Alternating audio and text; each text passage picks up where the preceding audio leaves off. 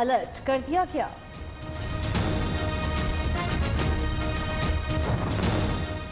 بھارت میں مودی سرکار کو کسان دشمن قوانین مہنگے پڑ گئے، کسان احتجاج پورے ملک میں پھیل گیا۔ بھارتی پنجاب میں کسان اور خالصتان تحریکیں سر اٹھانے لگیں۔ پنجاب، ہریانہ اور اتر پردیش میں بھی حزب اختلاف کے سرکردہ رہنماؤں کو گھروں میں نظر بند کر دیا گیا۔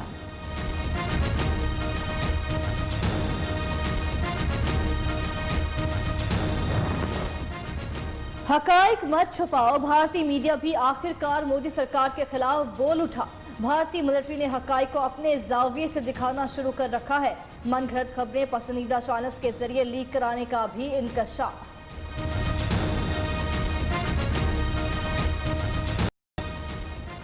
بھارت میں مسلمانوں، سکھوں، عیسائیوں سمیت کوئی اقلیت محفوظ نہیں۔ شاہ محمود قریشی کی کشمیری نوجوانوں کو شہید کیے جانے کی سخت الفاظ میں مذمت۔ وزیر خارجہ سے سعودی سفیر کی ملاقات۔ شاہ محمود کا اسلام و فوبیا کے حوالے سے پاکستان کی قرارداد۔ کشمیر سے متعلق حمایت پر سعودی وزیر خارجہ اور سعودی حکومت کا شکریہ۔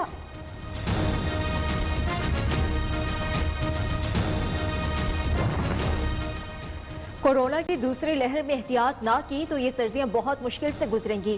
وزیراعظم عمران خان کی وارننگ۔ پہلے اپوزیشن تنقید کر رہی تھی کہ لاک ڈاؤن کیوں نہیں کیا جا رہا، آج وہی کورونا کی دوسری لہر کے دوران جلسے کر رہی ہے۔ ملک کی دولت بڑھنے تک لوگوں کو غربت سے نہیں نکال سکتے۔ سیالکوٹ میں نئی ایئر لائن کا افتتاح کر دیا۔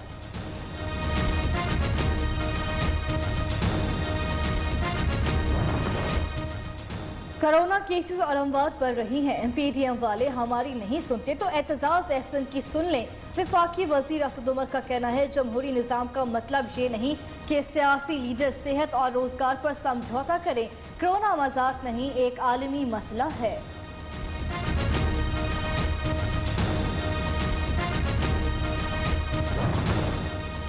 سربراہ پی ڈی ایم مولانا فضل الرحمان سے مریم نواز اور بلاول بھٹو کی ملاقات۔ اسمبلیوں سے مستعفی ہونے کے بعد کی حکمت عملی پر مشاورت۔ مسلم لیگ نون اور پیپلز پارٹی کے استعفوں سے متعلق تحفظات پر بھی بات چیت۔ مولانا فضل الرحمان اپوزیشن قیادت کے اعزاز میں ظہرانہ بھی دیں گے۔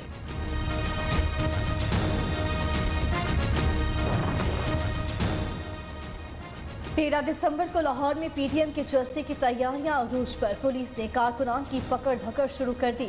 لاہور کے مختلف تھانوں میں اب تک 25 مقدمات درج۔ پولیس نے ڈی جے بٹ کو گرفتار کر کے ماڈل ٹاؤن تھانے منتقل کر دیا۔ پی ڈی ایم جلسے کے لیے ساؤنڈ سسٹم کا انتظام ڈی جے بٹ کے ذمہ تھا۔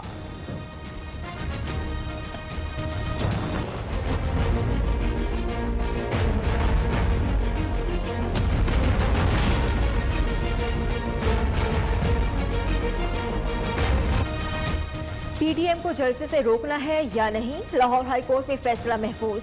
کبھی جلسوں میں شرکت کی، جسٹس جواد حسن کا درخواست گزار سے استفسار۔ خود نہیں گیا لیکن علاقے کے لوگ جائیں گے جس سے کورونا پھیل سکتا ہے، درخواست گزار کا جواب۔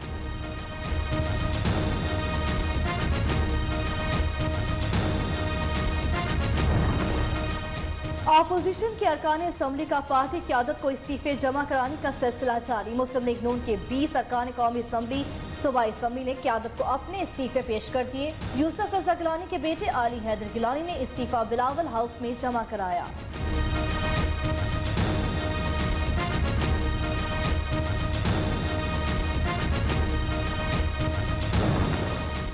اسمبلی سیکریٹریٹ کو ایک بھی استعفیٰ نہیں بھیجا گیا۔ وفاقی وزیر فواد چودھری کہتے ہیں اسپیکر صاحب سے بات ہوئی، ان کے مطابق استعفے صرف میڈیا پر ہی چل رہے ہیں۔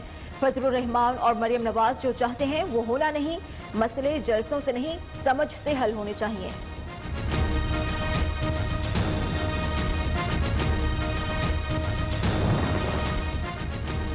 وزیراعظم کا نامنتخب امریکی صدر جو بائیڈن کی غیر قانونی پیسے سے متعلق پالیسی کا خیر مقدم۔ عمران خان نے ٹویٹ میں کہا ترقی پذیر ممالک میں غربت کی وجہ سے کرپٹ اشرافیہ جو لوٹی دولت آف شور ٹیکس میں منتقل کرتے ہیں۔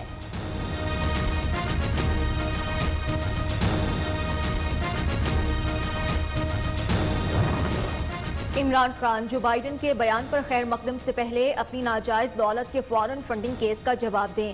مسلم لیگ نون کی ترجمان مریم اورنگزیب کا کہنا ہے عمران خان جو بائیڈن کی چاپلوسی کی بجائے علیمہ باجی کی بیرون ملک جائیدادوں کا راز قوم کو بتائیں۔